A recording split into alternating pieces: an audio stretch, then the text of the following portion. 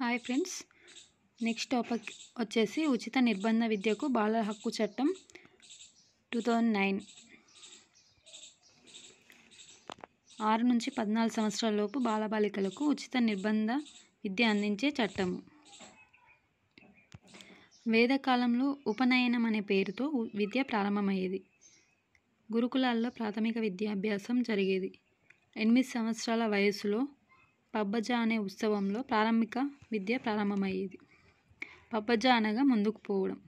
8 సంవత్సరాల నుంచి 20 సంవత్సరాల మధ్యలో ఈ కార్యక్రమం ఉండేది. మధ్యయుగంలో ముస్లిం విద్యా విధానంలో మక్తాబ్ అనే పాఠశాలలో విద్య కొనసాగేది. 4 సంవత్సరాల 4 నెలల 4వ రోజున ముస్లిం బాలుడికి బిస్మిల్లా అనే పేరుతో విద్యను ప్రారంభించేవారు. ఇది చాలా ఇంపార్టెంట్ అండి. ముస్లిం విద్యా విధానంలో మక్తాబ్ అనే పాఠశాలలో విద్య కొనసాగేది. 4 సంవత్సరాల 4 నెలల 4వ రోజున ఆ ముస్లిం బాలుడికి బిస్మిల్లా అనే పేరుతో విద్యను ప్రారంభించేవారు. బ్రిటిష్ విద్యా విధానంలో భాగంగా మొట్టమొదట చెప్పిన కమిషన్ ప్రాథమిక విద్య గురించి, హంటర్ కమిషన్ 1882.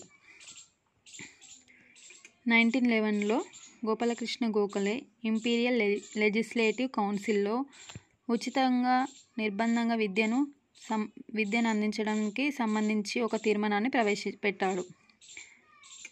1929లో హార్టా కమిటీ సైమన్ కమిషన్లో భాగంగా ఉండే ఈ కమిటీ భారతదేశంలోని ప్రాథమిక విద్యలో కొన్ని సమస్యలు గుర్తించింది. ఇందులో 2 రకాలు. హార్టా కమిటీ ప్రకారం వృధా మరియు స్తబ్దత. వృధా అంటే వేస్టేజ్.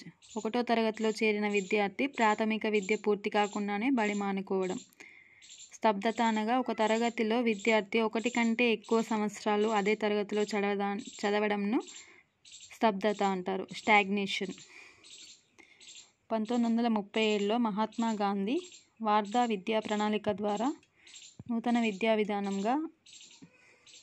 విద్యా విధానంలో భాగంగా ప్రాథమిక విద్య గురించి చర్చించారు. ఇది చాలా ఇంపార్టెంట్ అండి. 1937లో మహాత్మా గాంధీ వార్ధా విద్యా ప్రణాళిక ద్వారా నూతన విద్యా విధానంలో భాగంగా ప్రాథమిక విద్య గురించి చర్చించారు. కొన్ని కమిషన్లు. Kothari commission, Indian education commission లేదా 1964 కొఠారి కమిషన్ 1 కిలోమీటర్ పరిధిలో నైబర్హుడ్ స్కూల్స్ ఉండాలని సూచించింది కొఠారి కమిషన్. 1986 జాతీయ విద్యా విధానం, ఆపరేషన్ బ్లాక్ బోర్డ్ అనే పథకం ప్రారంభం. దీని ప్రకారం ప్రాథమిక పాఠశాలలో 2 తరగతులు 2 ఉపాధ్యాయులు ఉండాలి.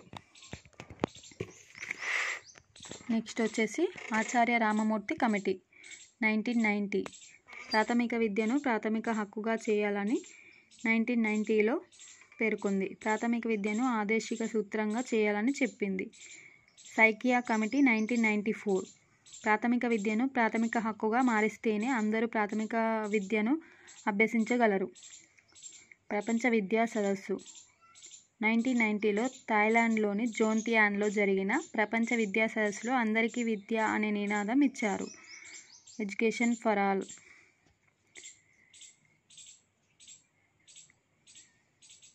86వ రాజ్యాంగ సవరణ 2002లో చేశారు. ఇందులో అధికరణ 45 ప్రకారం 3 నుంచి 6 సంవత్సరాల లోపు బాలబాలికలకు పూర్వ ప్రాథమిక విద్యను అందించాలి. 21వ ఆర్టికల్కు అనుబంధంగా 86వ రాజ్యాంగ సవరణ ద్వారా 21A చేర్చారు. దీని ప్రకారం ఉచిత నిర్బంధ విద్య అనేది ప్రాథమిక హక్కు. 51A ఆర్టికల్ ప్రాథమిక విధుల్లో భాగంగా తల్లిదండ్రులు పిల్లలకు ప్రాథమిక విద్యను అందించాలని తెలిపే 11వ విధిని చేర్చారు. ఉచిత నిర్బంధ ప్రాథమిక విద్యా హక్కు చట్టం 2009. ఇందులో 7 అధ్యాయాలు, 38 సెక్షన్లు, 68 సబ్ సెక్షన్లు ఉన్నాయి. నెక్స్ట్ వీడియోలో అధ్యాయం 1 నుంచి ఎక్స్ప్లెయిన్ చేస్తాను. అంతవరకు ఈ వీడియో మీకు కనుక నచ్చితే please like and share, subscribe. మరిన్ని వీడియోలు పేపర్ 1 కూడా కరెంట్ అఫైర్స్ డైలీ పెడతానండి. కొంచెం సపోర్ట్ చేయండి ఫ్రెండ్స్.